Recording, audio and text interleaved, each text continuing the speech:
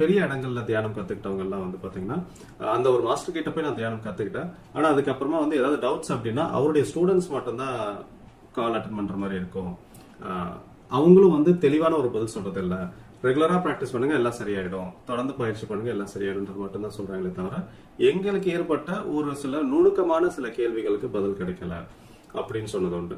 அப்போ எங்க தியானம் கத்துக்கிட்டாங்களோ அந்த தியான ஆசிரியரை அவங்களால தொடர்பு கொள்ள முடியல அப்படின்றது அவங்களுக்கு ஒரு பெரிய சவாலாக இருந்துச்சு அப்படின்றதும் புரிஞ்சுது.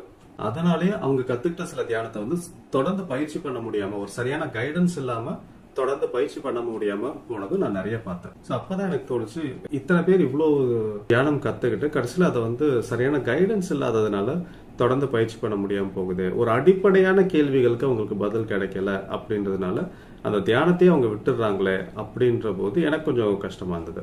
ஏன்னா எனக்கு வந்து அந்த அந்த தியானம்ன்றது எனக்கு ரொம்ப ஒரு பிடிச்ச ஒரு விஷயமாவே மாறி போயிடுச்சு. அப்போ எல்லாருக்கும் இந்த தியானம் போய் சேரணும், எல்லாருமே இந்த தியானம் பண்ணணும்.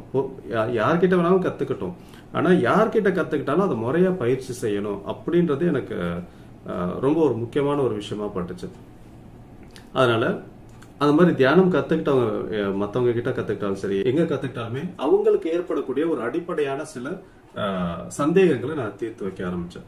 முக்கியமான அந்த தியானம் சம்பந்தப்பட்ட ஒரு குறிப்பிட்ட தியானம் சம்பந்தப்பட்ட சந்தேகங்களை வந்து என்னால் தீர்க்க முடியாது. ஏன்னா அது அந்த ஆசிரியர் தான் பண்ணணும்.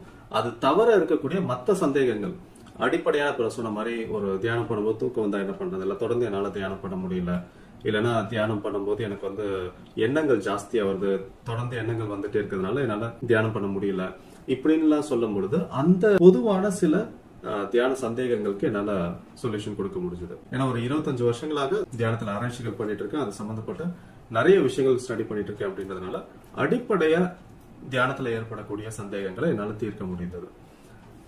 அப்போதான் வந்து சரி ஒரு யோசனை வந்தது, என்னன்னா தனியா ஒரு மாடியூலாவே பண்ணலாமே அப்படின்னு தோணுச்சு.